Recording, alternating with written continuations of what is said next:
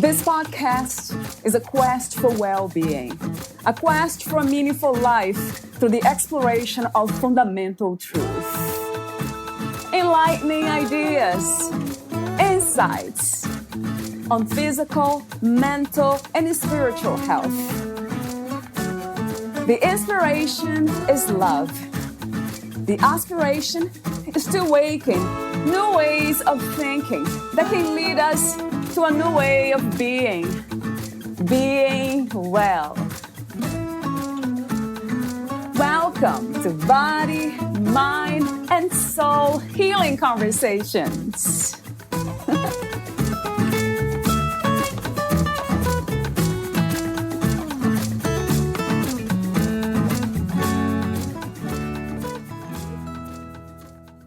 Expanding your view into a multi-layered perspective gives you relief. Multi-layered means noticing different life experiences that happen at the same time. Physical, emotional, relationship, self, cognitive, spiritual, and others. If you find yourself constantly battling insomnia, suffered from countless nights of sleep deprivation, can't fall asleep, then Sondra Kornblatt's book is your solution.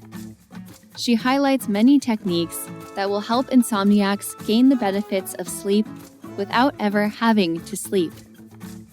Meditate for a second. Take a deep breath. And know that you are not alone. There are over 70 million people in America who have trouble sleeping. Moving through everyday life without proper sleep can be frustrating and alarming, but with this book, you will learn how to properly function from your lack of sleep. If you can't fall asleep, Sondra teaches the importance of an evening ritual to create internal rest. Restful Insomnia teaches you how to bring rest to the body with a unique form of night yoga, quiet the mind through guided meditation, quell the soul's worries through night writing. Instead of leaving your bed worn out by sleeplessness, you will leave your bed refreshed and ready to conquer the day. Restful Insomnia gives you tools to thrive while functioning on little to no sleep. Valeria Tellez interviews Sondra Kornblatt, the author of Restful Insomnia, How to Get the Benefits of Sleep Even When You Can't. Konari Wellness. Sondra Kornblatt helps people exhausted from sleep issues and stress who want to get the rest they need and heal what's underneath. As a sleep and personal coach, she developed the 7 pathways to rest using disciplines such as somatic healing, visualization, yoga, and hypnosis. Sondra is the author of 4 books on sleep, brain function, and energy boosting, and has spoken at Microsoft, Seattle Counselors Association, and many podcasts. Meet Sondra at restfulinsomnia.com. Here is the interview with Sondra Kornblatt.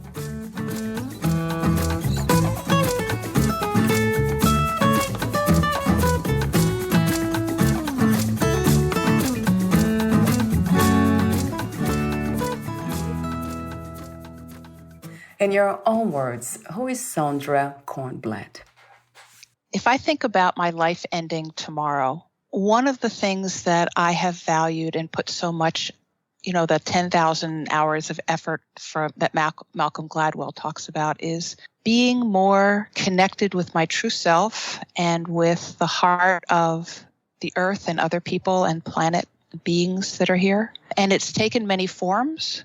It's taken the form of getting married, dealing with deaths, having 2 grown children, and especially looking at resting into myself and helping other people rest into themselves around sleep and letting go and letting the magic of sleep, welcoming the magic of sleep instead of chasing it. What is spirituality to you, and what is to be spiritual? I think spirituality for me is entering that level of understanding that we are all connected. We're all one tiny atom in the universe that is interactive. There's nothing that we can separate either physically or also from the heart. And so it is remembering that connection and remembering what your path is to make that connection. And also, to me, it's honoring the obstacles that might come up as you move in that direction and finding ways to hold them with kindness and allow them to shift so that you can create a deeper and deeper sense of being part of it all. So I have a question here that I don't ask everyone, but I'll ask you. How is being calm different from being peaceful? Sometimes, and I've experienced this, you can calm your body while your mind is still doing and your emotions are still doing its thing. One of the ways that happened to me early in the pandemic is I would get anxious, and it was so easy to follow that path of anxiety because it has a sort of forceful personality, and fighting that also doesn't really help. So what I ended up saying to myself is, I feel anxious and I'm calm and I'm okay. That's the word. I'm anxious and okay. And so that was that level of having both those experiences, the calm and the anxiety at the same time. And then the peaceful feeling is when that anxiety is also willing to let go, where I can hold myself with a sense of deeper kindness and letting whatever the mind and emotions believe not even be close to the foreground. That there's that sense and a sense of accepting the illusions that come up and not trying to fight them. For you, what lessons have you learned in 2020? And also, Sondra, do you have a vision for a new and better reality? Two good questions. What I have learned from the pandemic for me personally is two pieces. One is that on the one hand, I do okay alone, better than I thought, that I can sort of bring in that sense of universal love. I hug trees a lot. There's a tree that's near me that has a branch that goes right under my arm. So honoring my body and feeling the microfungal connection with other people through the trees. And then I've also learned that company is important. I have a housemate, and that allows me to work at home, but also making some really strong connections and trying to put my heart into the connections through technology, not just the words, but also really feeling other people. So that's what I've learned. And the other question of what do I see for the future? Yeah. Is that what you're asking? Yeah, a vision, right. The best vision I have had is working with people doing climate justice work. Really understanding that this culture has been so extractive and debilitating of people and the earth, but that to create something different means to rebuild that. So it means having caring connections that move forward with the process being part of it, but the heart and the connection and holding everybody in their individual strengths and difficulties is really part of feeling that love in all of us moving forward. What do you love most about being a woman? I think that there's so much gray area between man and woman in terms of the possibility of connecting. And for me, being born in a woman's body and living as a woman, I find that the miracle of giving birth, simply just being there and having that experience is just insanely wonderful. But also there is a more natural tendency to connect. Sometimes that can get in the way. We lose our sense of who we are because of it. But at the same time, there is this deep understanding that we are not alone. And to be able to build that sense of, you can call it community, our humanness with each other. And again, I think men certainly, and the male figures can do that. And I think that there's strengths of just seeing with direction and fortitude that I appreciate as well. But the woman part for me is the connecting. What is the most challenging aspect about being a woman? Well, this culture doesn't make being a woman all that easy. Right. True. And I think that some of it is just feeling pain of other people When I read the news or hear stories about people being shot, and I think many people feel it, but I know that it just enters very, very deeply, and to stay present with the pain and move forward and not let the pain shut me down is, I think one of the big challenges for me of having this female contraption of a body. That makes me think about empathy and also intuition. Are they connected, Sondra, somehow? Yeah, I think that everybody has a sense of intuition, but unless you're willing to step out of the mind and feel what in some ways other people or other parts of your body are experiencing, you're not going to pick it up. So I think that also once, if you don't feel empathetic, but you start to notice your own intuition, you're also picking up the energy of other people. So I think it's a matter of just being open to that energy channel, and it comes in many ways. What do you think is the purpose of the human experience? One of the things that I've thought about is how people talk about babies. And some people say we need to get back to that baby point of view of awe and wonder. But I think the interesting thing about being human and being an adult is that we also have this cognitive mind that is useful. It helps us, helps me get through the day. But how do you integrate the cognitive mind with the awe and not let one erase the other? Because if we're only in awe, we're not going to be creating some of the things we need on the earth. And if we're only creating things on the earth, we miss the awe and the purpose. So I think that there's a service that we create to others and to ourselves in really understanding the ways that we connect in our own inner layers and with other people. And how can we serve? And at this point, in terms of some of the things that happened in the culture, is how do we heal? How do we heal the role for other people individually and as and institutions? What is your idea in understanding of a balanced life? Well, balance is not stasis. Balance is always about moving. So balance means that you have to get unbalanced in order to be able to find the edge and go back. So there is a way of holding even imbalance with harmony and understanding that it's constantly moving and learning. And I think that it's having the layers of self not be so impermeable that you can see through them and be able to move from one experience to another with as much grace as you can do at that moment. So this movement, balance is not a destination, because we hear that a lot, just living in balance and getting there and somehow staying there. But there's no such a thing.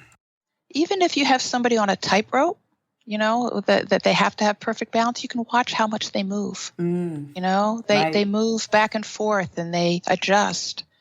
And so that's part of our life, is knowing the forces that might knock us off balance and adjusting to them. Love and unconditional love. I usually talk a lot about that, but I ask a question to my guests about unconditional self-love.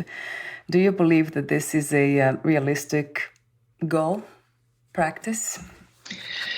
I think it's a realistic dance. Right. In the same way that the same way we're talking about balance, we are evolutionarily set to be aware. And we're evolutionary set in our bodies to be aware of, people say saber-toothed tigers or, whatever. And we live in a privileged culture, but that sense of awareness doesn't go away. And we end up turning that awareness and hypervigilance in terms of our connection with others, in terms of how we are. And so I think that often is one of the instigators, along with trauma, of negative self-talk. And so I think there's some useful things that can be learned from negative self-talk, but when it's on that loop, it's no longer useful. So for me, I think that unconditional love comes a lot, in my mind, through kindness for that negative self-talk, kindness for what we've done well, kindness for us living today and being alive and being connected to the earth. And so I think that you can carry unconditional love or kindness with you, and it's like waves. Sometimes it diminishes and then you can bring it back again. But the more you bring it back, and sometimes you might have a feeling that this is ridiculous, but the more you come and you bring it back into your body, the more your body experience can start to rest in that. Even when you're missing something or you wish something was different, you can have that sense of unconditional care for yourself at the same time. What is the meaning of freedom to you? What is to be free? Oh, that's quite a question. I feel like I should have gone and gotten my master's of divinity to answer that one. But let's see. Freedom. Freedom for me is about choices, but it's about choices that are for the highest intention that you can have at that moment. So, we may not be able to always intend to do divine will, but your intention may be in the form of sharing that you're angry with someone in a way that they can hear it and is kind. And that may be divine will, but we might not identify it that way. So freedom for me is having choices where you can resonate with the highest place you can resonate at that moment. And then I often wonder why some people don't see, because they do have the choices, but they don't see them. And then would you say that goes back to unhealing work that needs to be done? Yeah, I think that there's so many levels of that, but, I think it can start from in utero, but also from being an infant, of the atmosphere in which you're raised of believing there are only certain truths.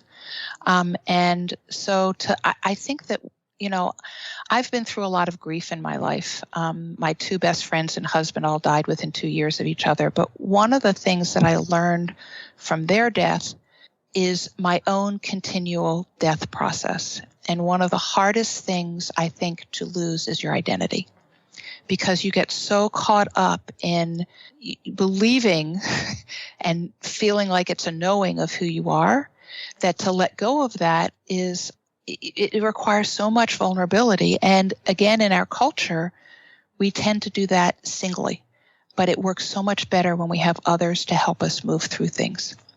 So I think that's where people, I think, get stuck a lot.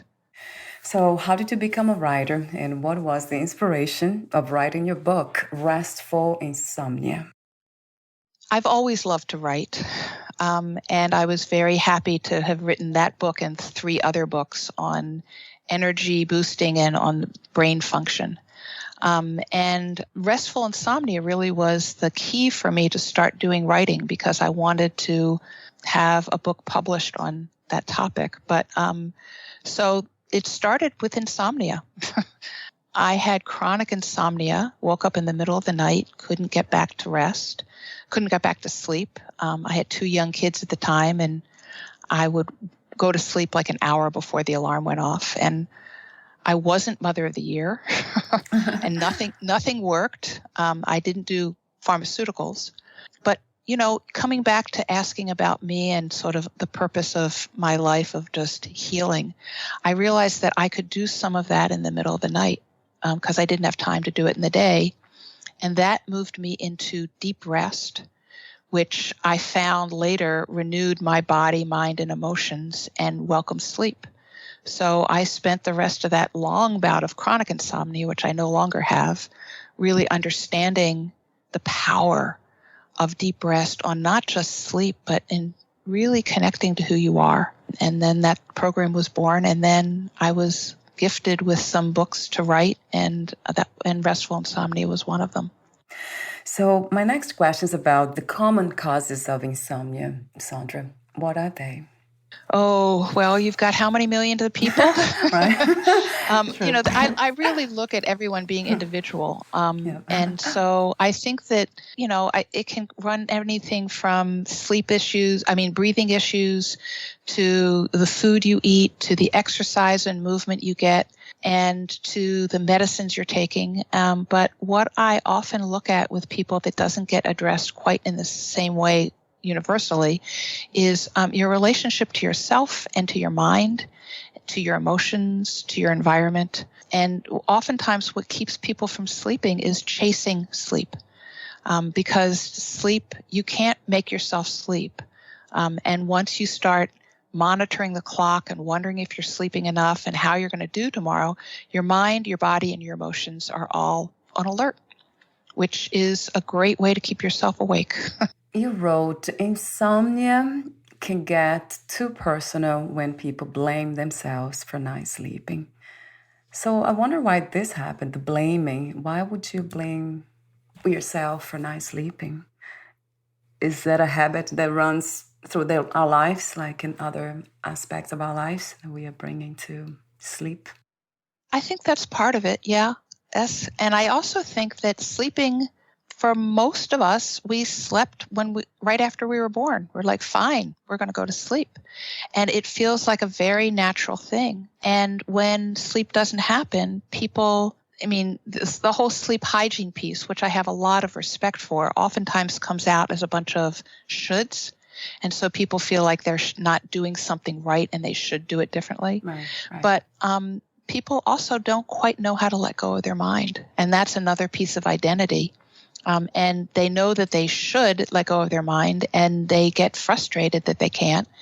They don't see anything keeping them awake other than themselves. And then they end up blaming themselves, because the thing about blame and anger is that it creates a story with an idea of a solution at the end. So I think people don't necessarily move into what really is going on, but they just hope that if they blame themselves enough, they'll get cured somehow, which last I checked didn't work quite as well as people hoped. No, it never works. What is sleep really, Sondra? Like, what happens? Do we go somewhere? Like, what happens in that in between?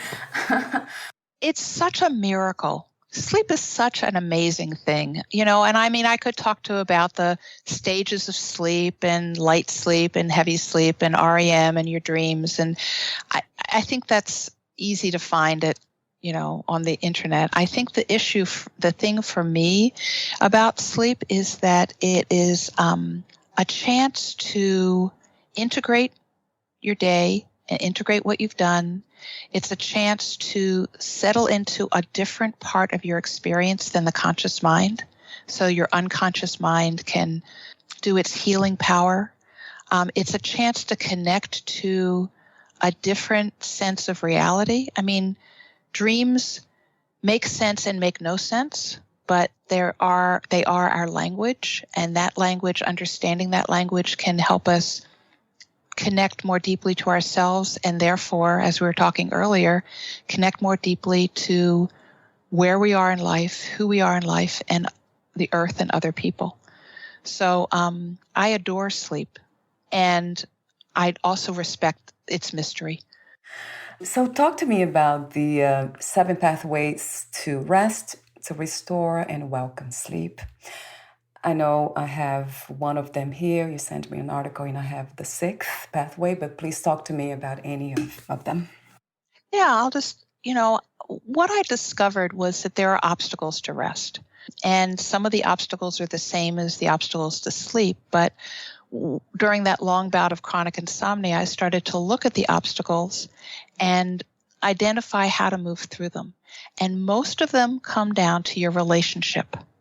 So first is your relationship to sleep and rest. We were talking about if you chase sleep, it's like chasing, if a cat leaves your front door and you go screaming and running after it, it's going to run away. It's not going to come back. True. So what is your relationship to the sleep and to rest? The second is, what is your relationship to your environment? It's not just having the perfect, dark, cool environment, but, if there is an interruption, how do you hold that in kindness? How do you create a cocoon for yourself? The third is your relationship to your body. Oftentimes, we treat our bodies like second-class citizens, that it's just, our bodies are just there to sort of carry around our minds, and we give it the minimum amount of good food and exercise that we can to keep it going. But there is so much wisdom in the body.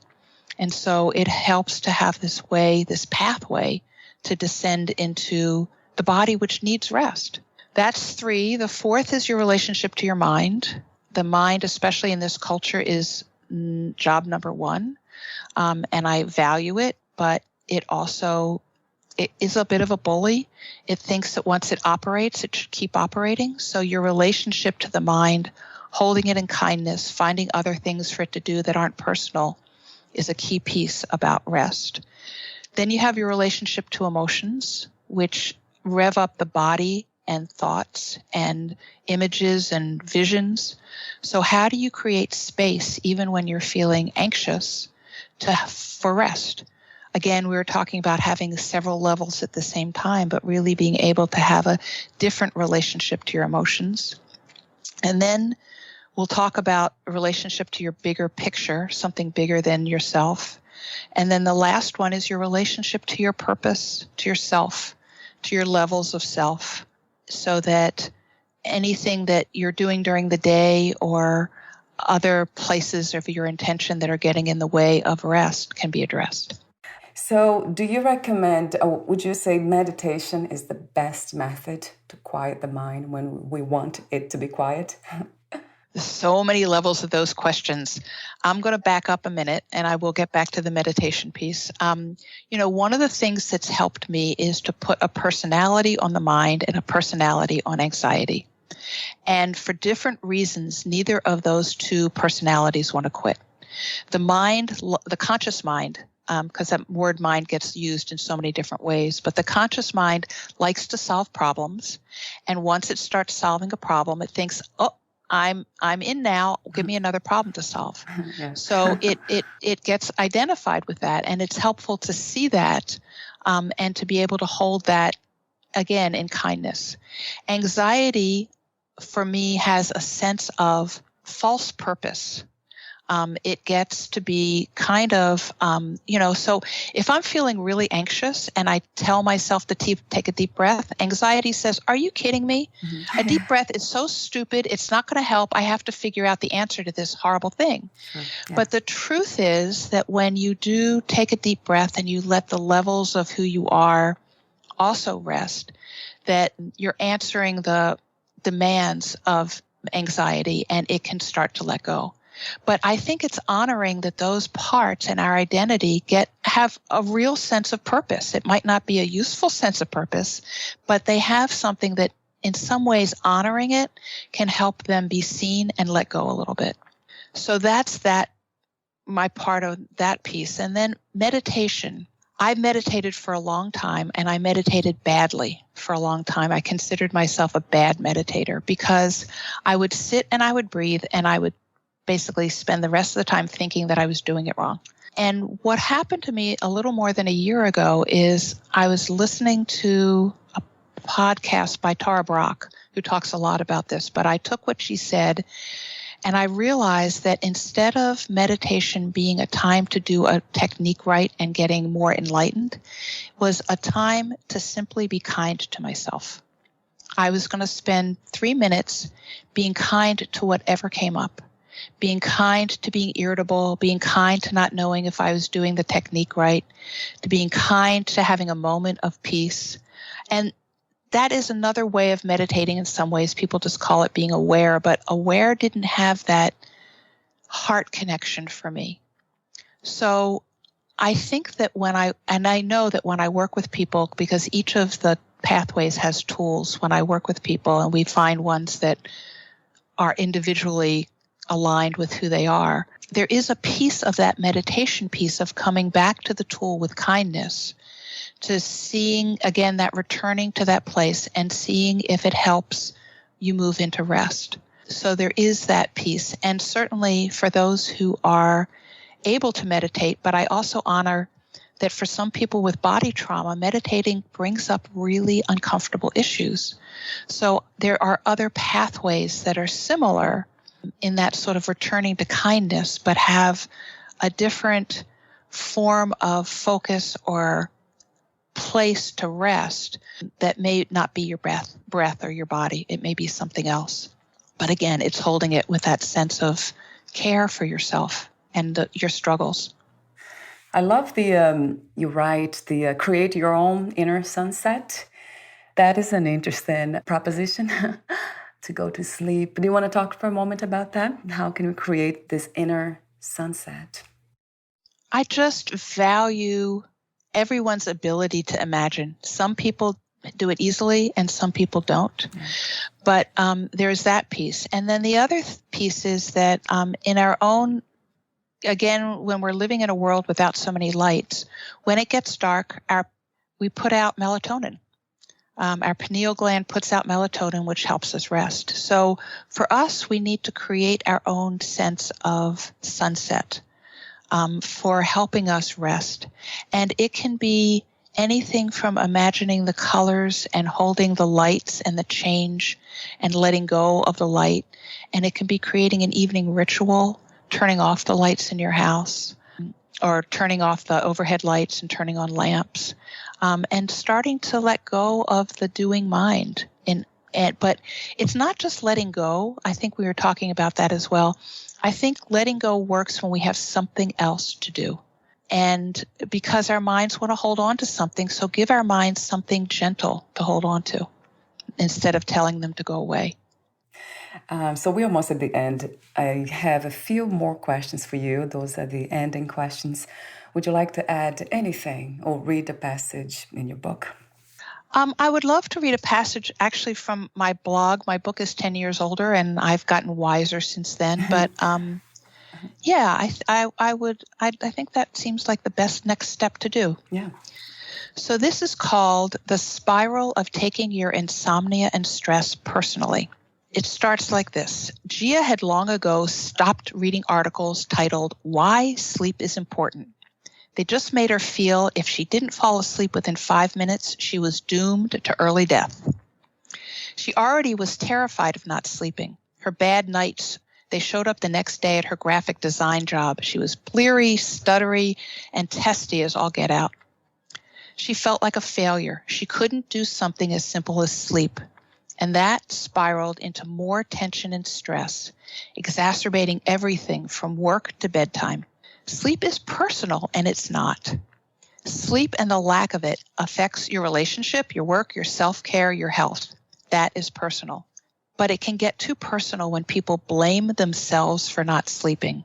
They worry that they didn't strictly obey sleep hygiene rules. They stayed caught up in stupid little irritations.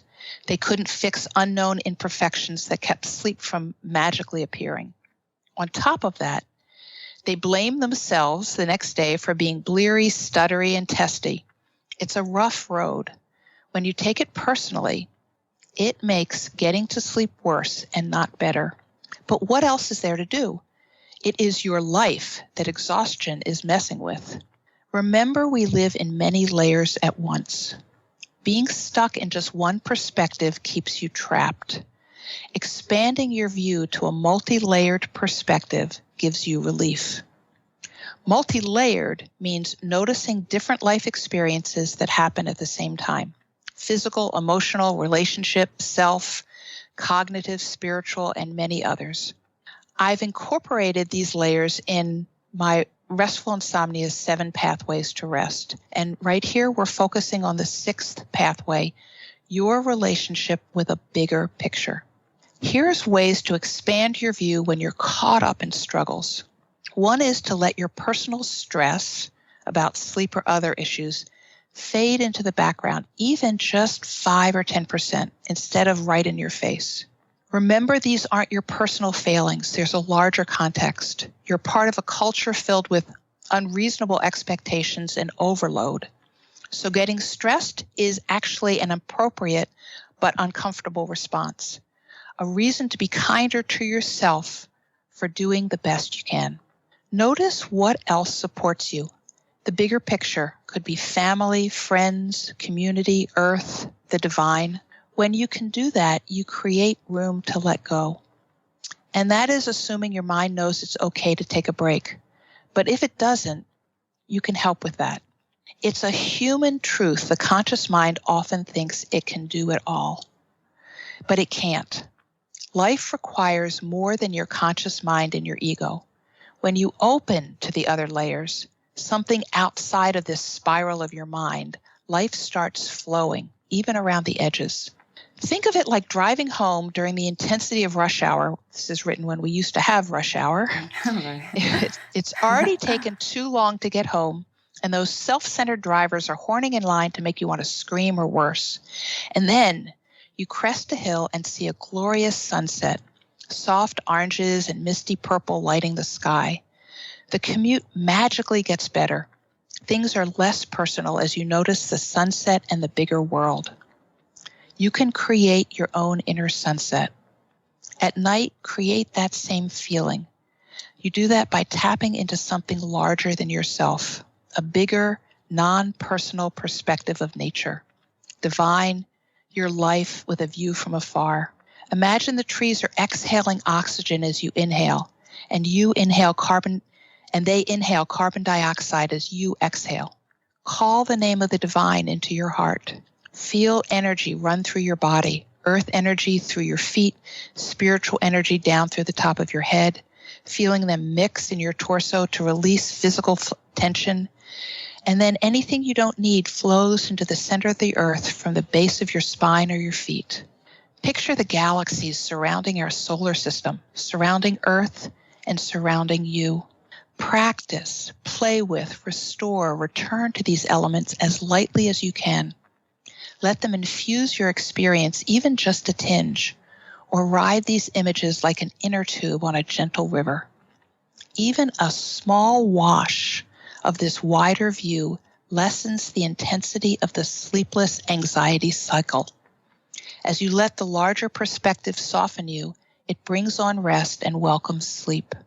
The bigger picture helped Gia when anxiety arose, but she didn't get there overnight. As we worked together, we explored where Gia was hooked into the anxiety cycle, and we developed ways to release it. Her favorite was to imagine the galaxies. That biggest of bigger pictures helped her let go of feeling responsible for everything. When she didn't take her sleep or stress so personally, she had room to rest. I wish for you what I helped Gia to find, those galaxies and galaxies of rest. Thank you so much, Sondra, for your healing work. Thank you. It's a gift for me. It's a gift to us, from you to us. Thank you. So this article is actually part of your book. It's in your book, right? This is or not really? No, this is part of my blog, which is on my website. And my book has many of the pathways to rest in it. It has first 5 that I developed, and it's a good piece to start with. And like I said, we all get wiser, and I've gotten wiser, so I've expanded my work, but I haven't updated my book yet. Maybe I'll call it Return to Kindness. Oh, yes, I love that. If you knew you would die soon, meaning losing the body, would you make any change in your life or do anything in a different way? Oh, I would hope not, but I know that from experiencing deaths of others, it's a reminder to love more deeply. And I try to love as deeply as I can now, but I think that I would try to learn even from a last day more than I know now. But there's no major changes I would make in my life. I feel grateful for the learning I've done and the gifts that I've had to be able to go deep and to expand wider. And my last question is, what are 3 things about life you know for sure as of now? I think we're here to heal and to give and to serve. That's one piece. I think that gives so much meaning to life. I think we're here to connect to our bodies and to humanity and the earth in a very deep way and the gifts that are there. And I think we're also here to rest into ourselves and into the life that we're given, and to appreciate as much of what we're given as we can.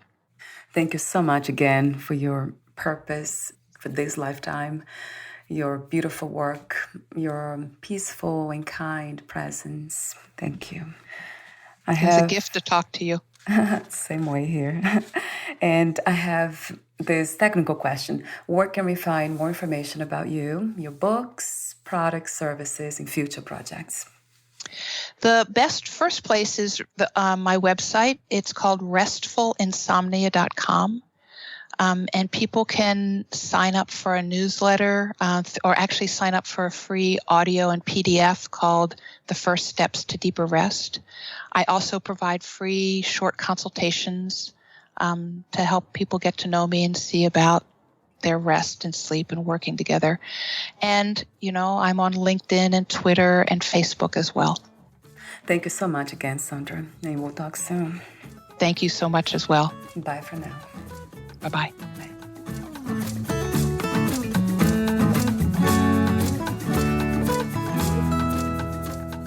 Thank you for listening. To learn more about Sondra Kornblatt and her works, please visit restfulinsomnia.com.